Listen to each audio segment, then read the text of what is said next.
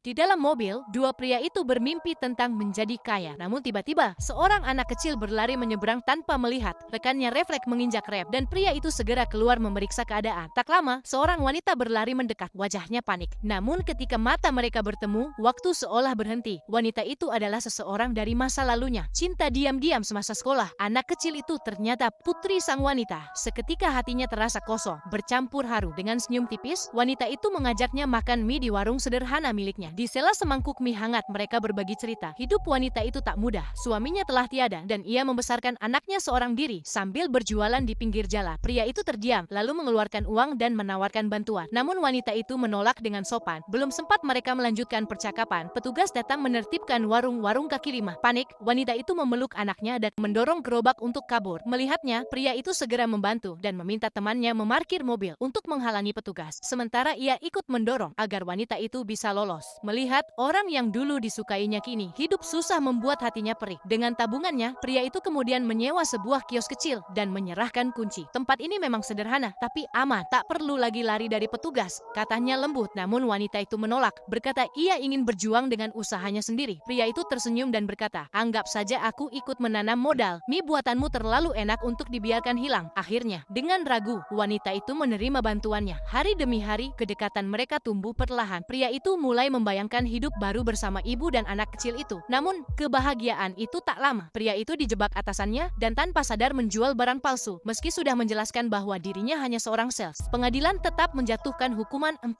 tahun penjara. Saat bebas, ia kembali mencari warung mie itu, yang kini telah berubah menjadi restoran besar. Wanita itu berhasil membangun usahanya hingga dikenal banyak orang. Pria itu duduk diam di pojok, memesan beberapa mangkuk mie, menikmati setiap suap sambil menahan haru. Tiba-tiba, wanita itu muncul, menatap tanpa berkata apa-apa. Ternyata wanita itu tidak tahu kalau pria itu di penjara. Yang ia tahu, pria itu tiba-tiba menghilang meninggalkannya. Mereka saling menatap lama, mata mereka basah oleh air mata yang tak sempat jatuh. Wanita itu lalu mengeluarkan sebuah buku tabungan dan berkata, ini bagianmu selama bertahun-tahun. Ini adalah uang investasimu dulu. Tanpa bantuanmu, mungkin aku takkan berdiri di sini hari ini. Mereka tak butuh banyak kata, cukup saling menatap dan tahu bahwa kisah yang dulu terhenti, kini siap dimulai dari awal.